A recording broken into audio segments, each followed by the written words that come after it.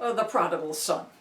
We're all familiar with this story in the Gospels when Jesus uses this parable, and we really should think of it as something else. Not only is the Prodigal Son here important, maybe it should be renamed the infinitely, gratuitously loving and merciful Father.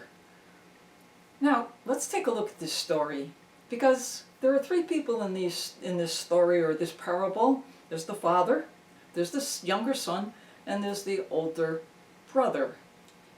And each one of us could really be in one of those three positions. And so let's examine the story of the prodigal son. Let's, for example, put ourselves into the place of each of these characters in the story. And let's begin with the younger son. Well, the younger son was just exactly that. He was the kid in the family. And he was growing very uncomfortable with having to stay on the farm and do all the work when he saw his friends out in the world having fun and doing all kinds of things that he couldn't do because he was stuck on the farm. So he says, I know what I'll do. He says, I'm going to go to Dad and I'm going to say to him, you know, Dad, it's about time for me to fly the nest. And would you let me? And I can't go without some help, so could you give me half of your inheritance, half that you could live for him and leave the rest to me?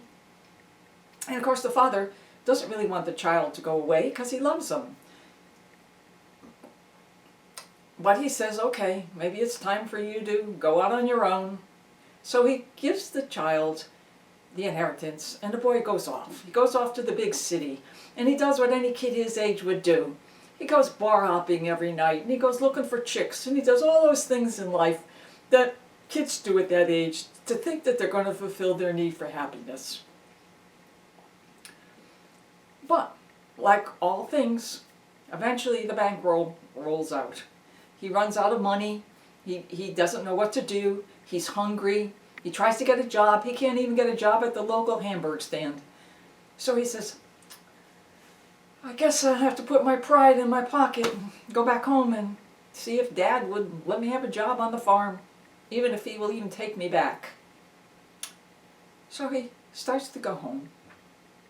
And the father, of course, what's the father doing? The father has this hole in his heart because he's missing his son. And he only wants the best for his son. So every day he goes out and looks over the fields to see if by any chance he might just be coming home. And this one day he does that. And what does he see? He sees his son coming back home. And he couldn't be happier. He's jumping up and down and thrilled. He's coming back. He's coming back. And when he does come back, the father runs up to him, throws his arms around him, hugs him, and said, welcome home. He didn't yell at him. He didn't scream at him. He just was so happy to have him home. He just was thrilled. And not only was he happy to have him home, forgive him for the fact that he lived this kind of licentious life, he threw a party for him. Okay, that's the first son. The second son is the older son. He's the responsible son, the more mature son. The son that sticks with the father and works for him day after day after day, regardless of how tired he is. And sure, he misses his brother. It's an extra set of hands that he doesn't have to do the plowing. But what can he do? His brother went off to have a good time. But in the meantime, it's eating at him.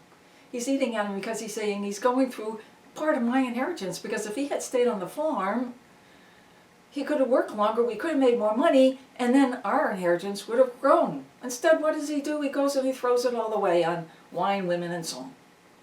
So naturally, I'm supposed to have good feelings about this kid? Nah, I don't have anything to do with him, really. He's irresponsible and a jerk. But when the father throws the party, he still doesn't find the older son coming back. So he goes out into the fields and he says to the older son, come on, your brother's home. We're going to have a party. We're going to have a feast. We're going to all be happy because now we're going to be a complete family again. And he says to the father, you know, Dad, he said, I have worked with you for as long as I can remember. I've always been faithful to you. I get up early in the morning and work the night. And you never gave me a feast. You never killed the fatted calf that you had, the most prized possession on our farm, to celebrate with. Why should I go and celebrate that kid? He threw everything away. And the father says to him, yes, but he's your brother. And he was lost, and now he's found. He's come back home. And then we see the Father. The Father is truly a loving, forgiving, and merciful Father. He does what a father does. He overlooks what happens to the problems of his children to see beyond them. He looks beyond the sin to see the sinner. Yes, he knew the kid was immature. He knew the kid just threw everything he had ever worked for away. But he loved him. And because that love overcome all kinds of negative feelings that he might have had about him. Because now they were together again as a family. Now, when we look at these three characters, we can probably identify with all three of them. Oh, we've all done some things like the first younger son done. We were out looking for things that would satisfy our souls and make us happy and fill the needs that we had, only to find out that, like the first son, it was all baubles and bangles, and it was nothing serious, nothing deep. And it brings us back to what St. Augustine said. Our souls are restless until they rest in thee, and there's nothing that will take that place except devotion and fulfillment by God. So we all can get related to the younger son. We all can relate to the second son too, because we're all, for those of us who have been responsible and lived a good life and done what best we could say, yeah, look what I did, but I didn't get no parties. I didn't get any parties. But that doesn't matter. We were faithful, and we will get our due for our goodness and all the love that we put into our life when the time comes. But it isn't time right now. And then we have the Father. The Father who's the infinitely loving and infinitely merciful Father, who does what a father does.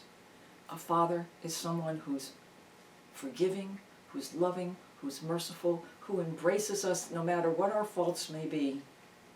Yes, the Father is the one that is the essence of who we should be like. We should be like forgiving fathers. And you know, that's what God is to us. He forgives us regardless of what we did with our inheritance. The inheritance is there. It's all there. All we have to do is work for it.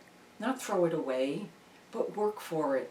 And that's where the second son comes in. The older son, the mature son. He's working for his inheritance. And because he works for it, he will get it. Maybe not at the time of the party, but he will get it, just as you and I will, if we continue to do the good things in our life that we do, and live a Christian life that we do. And when we do, our inheritance will be ours, and we will have a feast like you can't even imagine. So, become like the father in the prodigal son story. Become that loving, merciful, and forgiving person.